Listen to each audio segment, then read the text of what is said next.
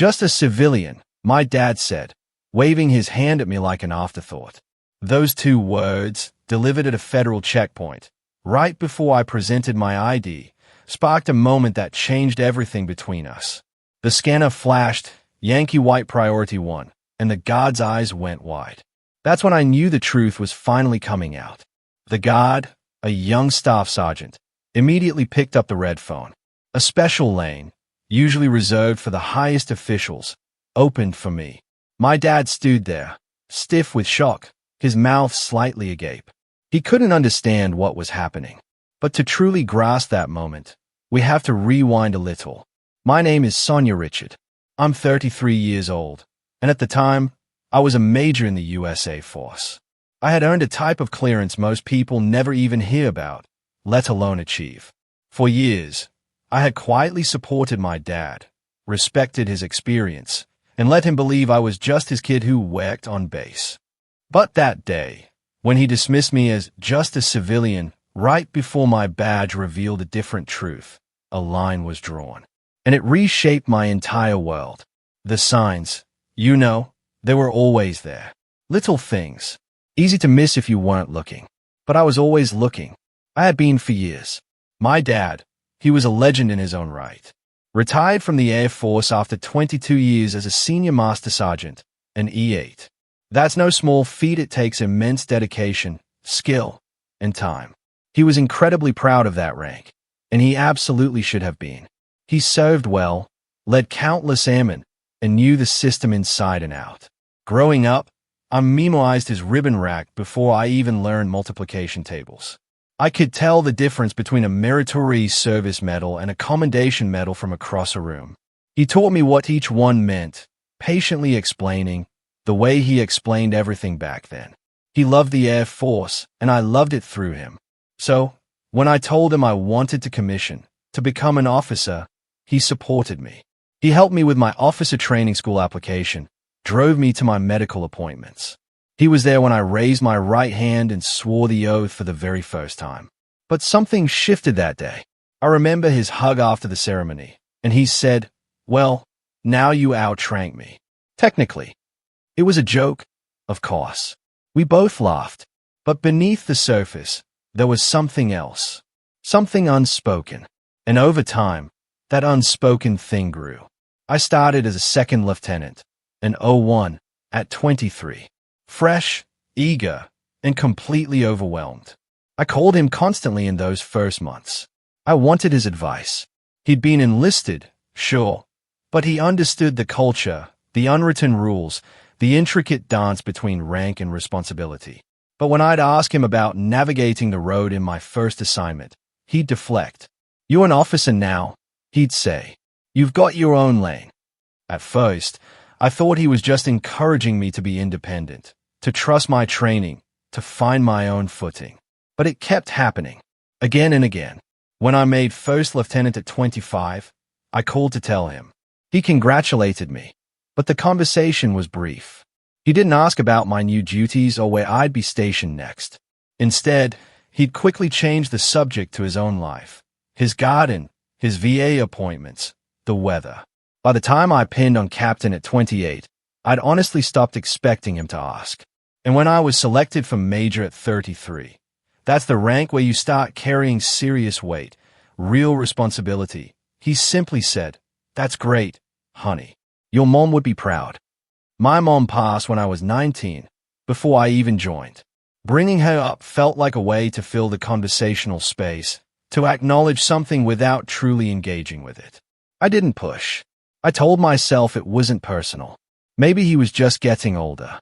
Maybe he'd said everything he needed to say about the military during his own career. Maybe he just didn't want to relive it through mine. But then came the smaller, sharper moments. The comments. The assumptions. During a holiday visit, I was home for Thanksgiving. My aunt asked what I'd been working on lately. Before I could even open my mouth, my dad jumped in. "Oh, she pushes papers," he said with a grin. "Probably keeps the coffee warm for the real officers." Everyone laughed. I forced a smile, but I didn't correct him. The truth was, I'd just rotated off a deployment to an undisclosed location, managing logistics for high-level operations. I had spent 6 months coordinating movements I couldn't discuss, solving problems most people would never even know existed. But I didn't say any of that. I just let the joke land. Another time, we went to lunch near the base, a small diner that offered a military discount. My dad, proud as always, handed over his retired ID card at the register. The cashier rang it up, then looked at me. "Are you military, too?" Before I could answer, my dad waved her off. "She's just a civilian today. Didn't bring her uniform." But I was in uniform. My blues, with the gold oak leaves, the major's rank, clearly visible on my shoulders. The cashier looked confused but didn't press. I paid full price. Later, in the car, I finally said, "Dad, I was in uniform." He just shrugged. "I know, but you don't need to make a thing of it every time." I didn't respond. I stayed out the window, trying to understand what he meant. Did he think I was showing off? Did he think wearing my rank was some kind of performance? Or was it something else, something deeper, that I just couldn't grasp? I started noticing he never asked what I actually did. Not once. Not in any real, meaningful way. When I'd mention a new assignment, he'd nod and say, "Sounds important." When I'd reference a challenge I was navigating, "You'll figure it out." When I tried to share a success, a commendation, a milestone, "That's great," and then he'd just move on. It wasn't hostility. It was an absence. A quiet, steady refusal to engage with the reality of who I had become. And the worst part, he kept introducing me the same way. "This is my daughter. She works on base. She's in the Air Force. Nothing fancy." Nothing fancy. I was a major. I held a clearance most people didn't even know existed. I'd been entrusted with responsibilities that required years of vetting, evaluation, and trust. I'd earned my position through performance, not proximity. But to him, I was still figuring things out. He'd say it to relatives, to his friends, to strangers at the VA, "She's young, still learning the ropes." I was 33. I'd been in the service for more than a decade. The tension wasn't loud. It wasn't explosive. It was steady, cumulative, a slow erosion of recognition. And then, he asked me to take him onto a restricted base. "There's an event," he said, "a retirement ceremony for an old buddy of mine. I'd like to be there." "Sure," I said. "I can get you on." He smiled. "Good. They'll wave us through. I've still got my credentials." I didn't correct him. I didn't explain how it actually worked. I just said I'd meet him at the gate at 1,400 hours. The day came. We drove separately. I arrived first, parked, and waited by the visitor control center. He pulled up a few minutes later, confident, relaxed. "Ready?" he asked. "Ready." We walked toward the entry checkpoint together. The security barrier was clearly marked. Armed personnel. Vehicle inspection lanes. Strict protocol. Staff Sergeant Elias Ward was manning the gate. Young, professional, sharp. He stepped forward as we approached. My dad, with the same pride he always carried, gestured toward me. "She's with me," he said. "Just a civilian." I said nothing. I reached into my pocket and handed Staff Sergeant Ward my identification card. The card with the presidential seal. Ward took the card, glanced at it, then ran it through the scanner. For a moment, everything was routine. Then the scanner beeped. The screen flashed red. Yankee White Priority 1. Ward's eyes widened just slightly enough that I noticed. He straightened his posture, shifted his weight, and picked up the red phone mounted on the security podium. He didn't look at my dad. He looked directly at me. Open VIP lane. A brief pause on the other end. Then I heard the mechanical grind of the reinforced barrier sliding open. The lane reserved for flag officers, senior officials, and personnel with executive-level clearances. My dad turned to me, confusion flashing across his face. "What's going on?" Staff Sergeant Ward handed my card back with both hands, palms open, the way you handle something valuable, something that commands respect. "Major," he said, his voice steady but formal. "Your clearance is active. I'll need to escort you through personally." My dad's mouth opened, but no sound came out.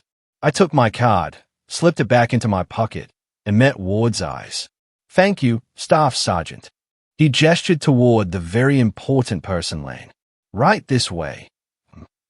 I walked forward. My dad followed, silent, stiff.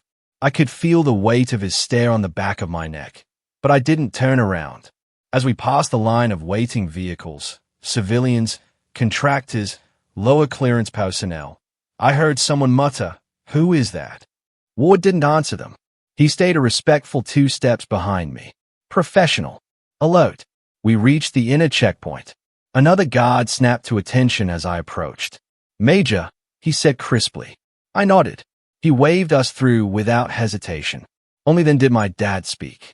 "Why didn't you tell me?" His voice was low. Not angry, not hurt. Something in between. I kept walking. Steady pace, eyes forward. "You never asked."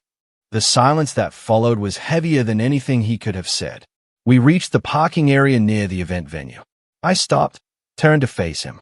His expression was unreadable. Shock, maybe. Confusion. Something else he wasn't ready to name. "I don't understand," he said finally. "I know. You said you worked on base. You never said." "I told you I was assigned to executive support operations," I said calmly. "I told you I'd been vetted for high-level clearance. I told you I was working directly with senior leadership." He blinked. "You said you were doing administrative work." "No, you said it was administrative work." I said I coordinated logistics for senior command staff. "You heard what you wanted to hear." He bristled. "That's not fair." "It's accurate." He looked away, jaw tight. I didn't know it meant that. He gestured vaguely, like he didn't have the words. "The presidential seal. The priority clearance. The VIP lane. Yankee White," I said. "It's called Yankee White clearance. It's required for anyone working in close proximity to the president, vice president, or their immediate support staff." He blinked. "You work with the president." "I work in the support structure. I don't brief the president directly, but I coordinate operations for those who do." He stared at me like I was a stranger. "How long?" 2 years in this assignment, but I've held high-level clearances since I was a captain. And you never thought to mention it. I felt a flicker of anger. Small, controlled. I did mention it. You didn't ask follow-up questions. Because I thought you couldn't talk about it. I couldn't talk about specifics, but I could talk about the structure, the responsibility, the weight of it. You just never asked. He exhaled sharply. Because you made it sound like you didn't want to talk about it. I didn't make it sound like anything. I answered what you asked. You just stopped asking. He opened his mouth to argue, then stopped. His shoulders sagged. I didn't know how to ask. "Why not?" He didn't answer right away. He looked down at his hands. Rough hands, scarred from years of maintenance work. Hands that had built things, fixed things, held things together. "Because you became something I didn't understand," he said quietly. There it was. The truth under the deflection. "I'm still your daughter," I said. "I know. But you're also a major with a clearance I've never even heard of. Working in places I'll never see. And I don't know how to talk to you about that. You talk to me the way you always have. You ask questions. You listen. It's not that simple." "It is, actually." He shook his head. "You don't get it. Then explain it to me." He looked up, and for the first time, I saw something raw in his expression. Not anger, not defensiveness, something closer to hurt. "I spent 22 years earning my rank," he said. "Every stripe, every promotion, every evaluation. I worked for it. I bled for it. And I was proud of it. I know. And then you commissioned. And suddenly, overnight, you were an officer. You outranked me before you'd even deployed. It wasn't overnight. I spent 4 years in college and rock training. I earned my commission. I know you did, but it wasn't the same." "No, it wasn't. But that doesn't make it less valid." He looked away again. "I'm not saying it's not valid." "Then what are you saying?" He was quiet for a long time. When he finally spoke, his voice was softer. "I'm saying I didn't know how to be proud of you without feeling like I was being left behind." The words hit harder than I expected. I'd known he struggled with my rank. I'd known he felt some kind of disconnect. But I hadn't realized it went this deep. "Dad," I said carefully, "my career isn't a competition with yours. I know that. Rationally, I know that, but it doesn't always feel that way. Why not? He rubbed his face. Because I look at you, and I see everything I couldn't be. The education, the clearances, the access, the respect that comes with those oak leaves. You had respect. You were a senior master sergeant. That's not a small thing. I know, but it's not the same as an officer. It's different, not less. You don't understand, he said, frustration creeping back into his voice. You don't know what it's like to work your whole career and still be told you're not qualified to make certain decisions. To sit in meetings and be talked over because you enlisted, not commissioned. I didn't interrupt. I let him talk. I respected officers. I followed orders. I did my job. But there was always a line I couldn't cross. And you crossed it on day one, before you'd even seen a deployment. I understand that feels unfair. It's not about fair. It's about, I don't know, pride and shame, and not knowing how to hold both at the same time. He looked at me, and I saw it clearly now. The father who raised me, the senior master sergeant who led airmen for over 2 decades, and the man who couldn't reconcile the two. I am proud of you, he said. I am, but I'm also, I don't know, embarrassed, confused. I look at what you've accomplished, and I feel like I should have done more. Been more. You did plenty. It doesn't feel like it. That's not my fault. The word came out harsher than I intended. He flinched. I softened my tone. I'm not trying to be cruel, but I need you to hear me. I can't carry your regret. I can't shrink my accomplishments to make you comfortable. That's not fair to me. He nodded slowly. I know. I need you to see me. Actually see me. Not as a threat to your legacy. Not as a reminder of what you didn't do. But as your daughter who chose to serve, just like you did. I do see you. Do you? Because for the past 10 years, you've dismissed my career. You've joked about it. You've minimized it. You've introduced me as just a civilian even when I'm standing in front of you in uniform. He winced. I didn't mean. I know you didn't mean to hurt me, but you did. And I need you to understand that. He sat with that, silent, processing. Finally, he said, I'm sorry. It wasn't enough. Not yet, but it was a start. Thank you, I said. We sat there for a while longer, not talking, just existing in the same space. Eventually, he opened the car door. I should let you get back. Okay. He paused, one foot on the driveway. Sonia. Yeah. I do see you. Maybe not the way I should, but I'm trying. I nodded. That's all I'm asking. He got out of the car. I watched him walk to his front door, slower than I remembered. I didn't pull away until he was inside. The weeks after were quiet. My dad didn't call. I didn't reach out. It wasn't hostility. It was space. The kind of distance that lets things settle before they can be rebuilt. I threw myself into work. My assignment kept me busy, coordinating schedules, managing logistics for high-level briefings, ensuring every detail was accounted for, the kind of work that required precision and didn't leave much room for distraction, which was fine by me. One afternoon, Lieutenant Colonel Kim stopped by my office. She didn't knock. She never did. Major, she said, leaning against the door frame. You've been putting in long hours. I glanced up from my screen, just staying on top of things. She studied me for a moment, calm, perceptive, the kind of officer who noticed what people didn't say. Everything all right? Yes. You sure? I hesitated. Family stuff. Nothing that affects my work. I didn't say it was affecting your work. She stepped into the office and closed the door behind her. I'm asking if you're all right. I set down my pen. I'm fine.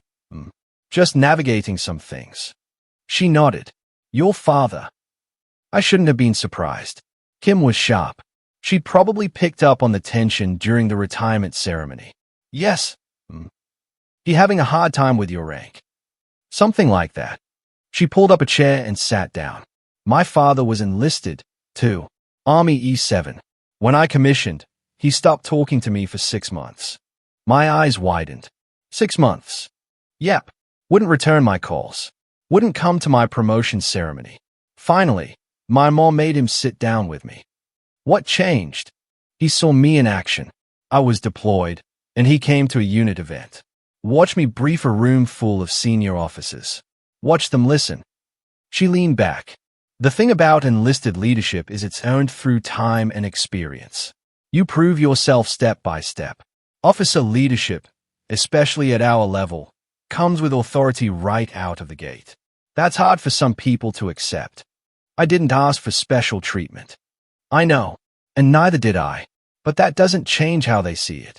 She paused. Your father's pride isn't about you.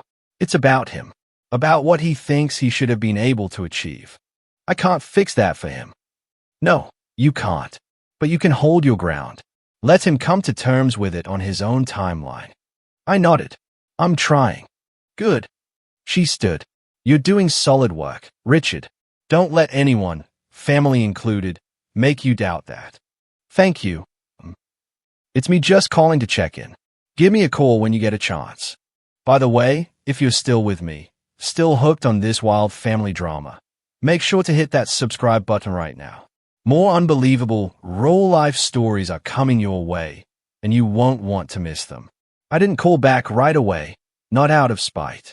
I just needed to be in the right headspace first. When I finally did call, it was late after shift. I was still on base, sitting in my car in the empty parking lot. He picked up on the second ring. Sonia, he said. Finally about what you said. About seeing you. Okay. I don't think I have. Not really. I've been seeing who I expected you to be, not who you are. I didn't respond. I let him talk. I went to a luncheon last week. Veterans group. One of the guys mentioned you. Said his son works on the same base. Said you're the major assigned to the high clearance unit. I didn't know that came up. It did. And everyone was impressed. They asked me questions. What you do? How long you been in? I realized I didn't know how to answer most of them because you never asked. Yeah, he said. I never asked. And that's on me. It is. I'm sorry, Sonia. I really am. I've been so focused on what I didn't do that I couldn't see what you did. I closed my eyes. I don't need you to be impressed by my rank, Dad. I just need you to acknowledge it. I will. I am. Actions, not words. I know. Another silence. Can I ask you something? He said. Sure. What does a major with Yankee White clearance actually do? I smiled. Small, tired, but real. I coordinate executive-level operations. I manage logistics for high-level briefings. I ensure the right people are in the right place, with the right information, at the right time. That sounds intense. It is. And you're good at it. Yeah, I am. Then I'm proud of you. I believed him this time. Thank you. Can I see you again? Maybe take you to lunch. I'd like that. Good. I'll call you next week. Set something up. Okay. Sonia. Yeah. I'm going to do better. I mean it. I know. We hung up. I sat in the car for a while longer, staring at the empty base around me. It wasn't resolution. Not yet. But it was movement. And sometimes, that's enough. 2 months later, my dad asked if he could visit me on base. Not for an event. Not for a ceremony. Just to see where I worked. I was surprised and cautious. You sure? I asked. It's not glamorous. It's mostly offices and secure spaces you won't be able to enter. I know. I still want to see it. Okay, I'll get you cleared. The paperwork took a week. That background check. Visitor access request. Authorization from my chain of command. When the approval came through, I called him. You're good to go. Meet me at the Visitor Control Center at 1,000 hours on Saturday. 1,000. Got it. Saturday morning, I arrived early, waited by the entrance. Watched him pull into the lot, park, and walk toward me. He was dressed neatly. Not a uniform. He hadn't worn one since he retired, but pressed slacks, a collared shirt, his Air Force veteran ball cap. Morning, he said. Morning. I led him through the visitor check-in process. He handed over his ID, signed the paperwork, received a temporary badge. Stay with me at all times, I said. Don't take photos. Don't discuss anything you see or hear outside this facility. Understood. We walked through the main gate, the same one where the scanner had flashed red months earlier. This time, The guard simply checked our badges and waved us through. My dad looked around, taking it in. The buildings. The people in uniform moving with purpose. The quiet hum of a functioning military installation. It's bigger than I expected, he said. Most bases are. I took him to the administrative building where my office was located. Not classified. Nothing sensitive. Just a workspace. He stood in the doorway, looking at my desk. The nameplate, Major Sonia Richard. The plaques on the wall. The commendations. The framed certificates. This is yours, he asked. This is mine. He stepped inside slowly, like he was entering a museum. He read each certificate, each award, each recognition. You got a meritorious service medal. 2, actually. The second one's at home. He looked at me. Your mom and I got one of those for our whole careers combined. I know. He turned back to the wall, quiet, processing. After a moment, I said, come on, I'll show you the rest. We walked through the building. I introduced him to a few colleagues, airmen, NCOs, junior officers. Everyone addressed me the same way. Good morning. Yes, Major. Right away, Major. My dad listened, watched, absorbed. At one point, a captain approached. Major Richard, do you have a moment? I need your input on the briefing schedule. Of course. This is my father, retired Senior Master Sergeant Richard. The captain extended his hand. An honor, Senior. Thank you for your service. My dad shook his hand, clearly surprised. Thank you, sir. We stepped aside to review the schedule. My dad stood nearby, silent, observing. When we finished, the captain nodded. Thanks. I'll adjust accordingly. He walked away. My dad looked at me. You just told a captain what to do. I didn't tell him. I advised him. But yes, in this assignment, I coordinate schedules that affect officers at all levels. He shook his head slowly. I didn't know. I know. We continued the tour. I showed him the briefing rooms. Once he was cleared to see the conference spaces, the quiet corridors where decisions got made.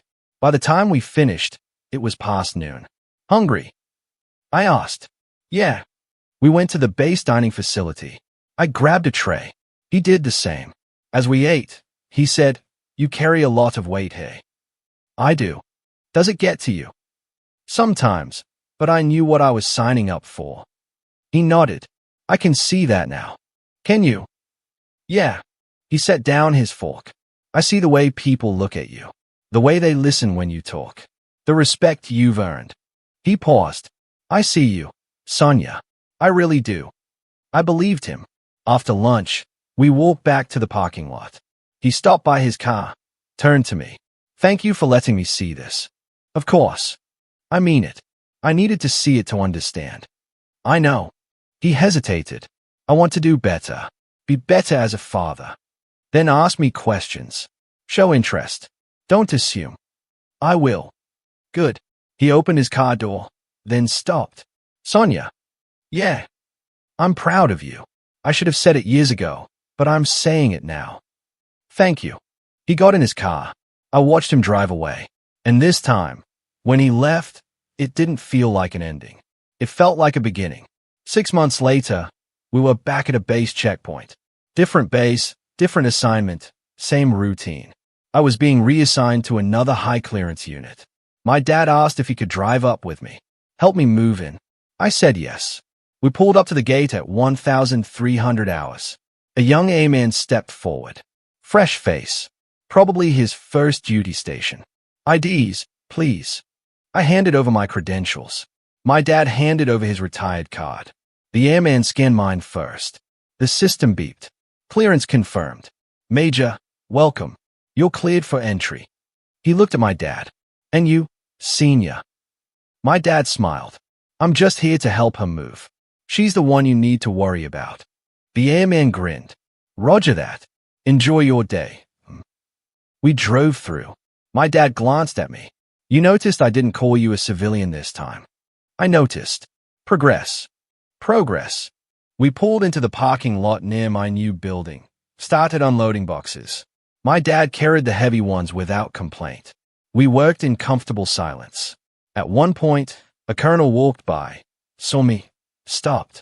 Major Richard. Yes, sir. Colonel Adrian Mercer. I'll be your group commander. Welcome to the unit. Thank you, sir. He glanced at my dad. Family helping with the move. Yes, sir. This is my father, retired Senior Master Sergeant Richard. Mercer extended his hand. Good to meet you, Senior. You raised a hell of an officer. My dad shook his hand, straightening slightly. Thank you, sir. She did that on her own. Mercer smiled. I doubt that. He turned back to me. Settle in. We'll do a proper welcome brief on Monday. Yes, sir. He walked away. My dad watched him go, then looked at me. A colonel just said I raised a hell of an officer. He did. And you agreed with me when I said you did it on your own. Because it's true. He shook his head, smiling. You're something else, Sonia. I'm your daughter. Yeah, you are. We finished unloading. I showed him around my new quarters. Small but functional. Enough space for what I needed. He helped me unpack. We set up my desk, hung my uniform, organized my books. When we finished, he sat on the couch. You're going to do great things, hey? I plan to. I know you will. He paused, and I want to hear about them. All of it. Whatever you can share. I'll tell you. Good. He stood. I should get on the road. Long drive back. Okay. I walked him to his car. He loaded his bag, then turned to me. I love you, Sonia. I love you, too, Dad. And I'm proud of you. I'll keep saying it until you believe me. I believe you. He hugged me, long steady. When he pulled back, there were tears in his eyes. Your mom would be so proud. I know. He got in his car, started the engine. As he pulled away, he rolled down the window. Call me when you get a chance. Tell me about the new assignment. I will. He drove off. I stood there watching until his car disappeared around the corner. Then I walked back inside. My desk was set. My uniform was hung. My space was ready. I had work to do, and for the first time in years, I felt like my father finally understood that. Not just the rank, not just the clearance, but the weight, the responsibility, the pride. He understood me, and that was enough. 20 years later, I stood at the edge of Andrews Air Force Base, watching the sun climb over the flight line. The air was crisp. November, early morning, the kind of cold that bites but doesn't quite hurt yet. I was 53 now. Colonel. 06. The eagles on my shoulders felt heavier than the oak leaves ever did. Not from weight, but from everything they represented. 2 decades had passed since that gate incident. Since my father saw my clearance for the first time. Since everything broke open between us. A lot had changed. My phone buzzed. A text from my daughter. On our way. Dad's driving. Should be there by 0900. I smiled. Typed back. See you soon. My daughter, Captain Elena Richard, 28 years old, 03. Following in my footsteps, a path she'd chosen herself. Not because I pushed her, but because she wanted to serve. She'd commissioned 5 years ago, made captain last year. She was sharp, driven, everything I'd been at her age, but somehow steadier, more certain. She'd learned from watching me, from watching her grandfather, from understanding the complex legacy of military service that ran through our family like a current. Her husband, Marcus, was civilian, a software engineer. Good man, patient, supportive. He understood that her career came with demands most spouses didn't deal with. Deployments, long hours, missed holidays. He handled it with grace. They were driving up together for today's ceremony, my retirement ceremony. The formal end of 32 years of service. I'd made the decision 6 months ago. Not because I had to. I could have stayed longer. Made general maybe. The stars were within reach if I wanted them. But I didn't. I'd done what I came to do. Led well. Served honorably. Made a difference in the lives of the airmen under my command. And I was tired. The good kind of tired. The kind that comes from a job well done. My father would be here too. He was 79 now, retired for 26 years. His health had been declining slowly. Nothing catastrophic, just the gradual erosion that comes with age. His back hurt more. His hearing wasn't what it used to be. He moved slower, but his mind was still sharp. and he'd been asking about the ceremony for months. "You sure you want me there?" he'd asked the first time I mentioned it. "Of course I want you there. I just don't want to take up space that should go to someone important." "Dad, you're important. You're my father." He'd gone quiet then. "Okay, I'll be there." The years between that gate incident and now hadn't been smooth. We'd stumbled, fought, worked through layers of resentment and misunderstanding that ran deeper than either of us had realized. But we'd done the work. Both of us. He'd learned to ask questions, to listen, to celebrate my promotions without making them about his own insecurities. And I'd learned to be patient, to understand that his struggle wasn't personal. It was generational, cultural, the product of a military structure that had defined him for decades. We'd found our way to something real. Not perfect, but honest. I heard footsteps behind me. Turned. Lieutenant Colonel Sarah Chen, my executive officer, 39 years old. Brilliant. The kind of officer who'd make full colonel within 5 years. "Morning," she said. "Morning, Sarah. Final walkthrough. Let's do it." We walked toward the venue.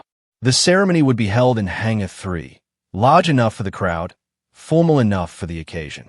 Rows of chairs were already set up, a podium at the front, flags arranged precisely. My shadow box was ready, the display case that would hold my medals, my final rank insignia, my retirement flag. Everything was in place. "Looks good," I said. "Your remarks are loaded on the teleprompter. General Hartley will present your retirement certificate. Your daughter will assist with the shadow box presentation." I nodded. "Thank you, Sarah, for everything." She smiled. "It's been an honor." We finished the walkthrough. I headed back to my office one last time.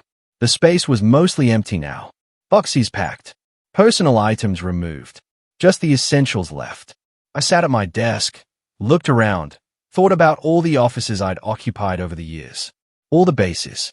All the assignments. 32 years. 4 ranks. 8 duty stations. 3 combat deployments. Countless briefings, decisions, crises managed. I'd worked my way from second lieutenant to colonel, from pushing papers and learning the basics to commanding units and advising generals. I'd held Yankee White clearance for 12 years, coordinated operations at the highest levels, briefed presidents, managed crises that never made the news. And through it all, I'd carried the lessons my father taught me, even the painful ones. Details matter. Show up. Do the work. Lead by example. He'd given me that foundation, even when he couldn't see what I'd built on top of it. My phone rang. My father. "Hey, Dad." "Hey, kiddo." We just got to the gate. They're checking our IDs. "Okay. Elena will meet you and bring you to the hangar." "Sounds good. Traffic wasn't too bad." "Good. I'll see you soon, Sonia." "Yeah. I'm proud of you. I know I've said it 100 times, but I'm saying it again." I smiled. "Thanks, Dad." We hung up. I stood, took one last look around my office, then walked out. The hangar filled quickly. Officers, enlisted personnel, civilians, friends, colleagues from across my career. I stood in the back, watching people arrive. Familiar faces, some I hadn't seen in years. Then I saw them, my father, moving slowly but steadily, leaning slightly on a cane. Elena at his side, in her dress blues, looking sharp. Marcus next to her in a suit. Elena spotted me, waved. They made their way over. "Hi, Mom." "Hi, sweetheart." I hugged her. Then Marcus. Then my father. He looked older than I'd expected. Frailer, but his eyes were bright. "You ready for this?" he asked. "As ready as I'll ever be. It's going to be a good ceremony. You've earned it." "Thanks, Dad." Elena touched my arm. "We should get you to the staging area. General Hartley is almost here." "Okay, you guys find your seats. I'll see you after." They headed toward the front row. Reserved seating. Family. I walked backstage. Sarah was waiting. 5 minutes. Got it. The ceremony began precisely at 1,000 hours. The color guard presented the flags. The national anthem played. Everyone stood. Then General Hartley took the podium. 2 stars. A career officer I'd worked with years ago. Respected. Fair. She spoke about my service, the assignments, the accomplishments, the impact I'd had on the force. It was surreal, hearing my career summarized in 5 minutes. 3 decades reduced to highlights. Then it was my turn. I walked to the podium, looked out at the crowd, saw my father in the front row, eyes fixed on me. Elena beside him. Marcus. Friends. Colleagues. I took a breath. 32 years ago, I raised my right hand and swore an oath. I was 23, fresh out of college. Nervous, excited, unsure of what I was getting into. I came from a military family. My father served 22 years as a senior master sergeant. He taught me what it meant to serve, to show up, to do the work, even when it's hard. He gave me a foundation, but I had to build the structure myself. This career hasn't been easy. It's required sacrifice, long hours, missed birthdays, deployments to places I couldn't name, doing work I couldn't discuss. But it's also given me purpose, community, the honor of leading some of the finest airmen this country has ever produced. I've made mistakes. I've had failures. I've learned hard lessons about leadership, about humility, about the weight of responsibility. But I've also had the privilege of serving at the highest levels, of coordinating operations that mattered, of making decisions that had real impact. And through it all, I've carried the values my father instilled in me: integrity, service, excellence. Dad, I looked directly at him. Thank you for everything you taught me, for the example you set, for learning to see me not just as your daughter, but as an officer. That meant more than you know. His eyes were wet. He nodded. I continued, to my daughter Elena, watching you commission 5 years ago was one of the proudest moments of my life. Not because you followed my path, but because you chose your own. You're an exceptional officer, and I can't wait to see where your career takes you. To my colleagues, my mentors, the airmen I've had the honor of leading, thank you. You made me better. You challenged me. You trusted me with responsibility. I hope I've lived up to it. And to everyone here, thank you for your service, for your dedication, for choosing to wear this uniform and uphold the oath we all share. This isn't goodbye. It's a transition. I'm not leaving the military community. I'm just stepping back to make room for the next generation of leaders. Leaders like my daughter, like the junior officers and NCOs in this room who are the future of this force. So, thank you for everything. It's been the honor of my life. I stepped back. The applause was loud. Long General Hartley presented my retirement certificate. Elena came forward to help with the shadow box presentation. She handed it to me. My medals arranged precisely. My eagles mounted at the center. The flag folded sharp. I held it. Heavy. Final. The ceremony concluded. People filed out. I stood near the exit, shaking hands, receiving congratulations. My father waited until the crowd thinned. Then he approached. That was a good speech, he said. Thanks. You've done something incredible, Sonia. Built something real. I learned from the best. He smiled. Sad. Proud. I don't know about that, but I'm glad I got to see it. Me, too. Elena joined us. Ready for lunch? We made reservations. Yeah, let's go. We walked out together. The November sun was higher now, warmer. As we crossed the parking lot, my father stopped, looked back at the hangar. You know, he said, I used to think rank was everything. That the higher you climbed, the more you mattered. And now I think it's about what you did with it. How you led, who you helped, the legacy you leave. That's right. He turned to me. You left a good legacy, Sonia. So did you, Dad. We stood there for a moment. 3 generations. Senior Master Sergeant, Colonel, Captain, all of us connected by service, by the choice to wear the uniform, by the weight of the oath. Come on, Elena said. Let's eat. I'm starving. We got in the car. Marcus drove. Elena navigated. My father sat in the back with me. As we pulled away from the base, I looked out the window, watched the flight line fade into the distance, watched the jets taxi, watched the airmen moving with purpose. I've been part of that world for 32 years, and now I was leaving it. Not with regret, not with bitterness, but with gratitude. I thought about the gate incident 20 years ago. The moment that changed everything between my father and me. At the time, it felt like an ending. Like something had broken that couldn't be repaired. But it wasn't an ending. It was a catalyst. It forced us to confront the distance between us, to acknowledge the resentment, to do the hard work of rebuilding. And we had. Slowly. Imperfectly. But genuinely. The years after were better. Not because the conflict disappeared, but because we learned to navigate it, to talk through it, to meet each other where we were, not where we wished we could be. He came to my promotion ceremonies, asked about my assignments, celebrated my successes without diminishing them.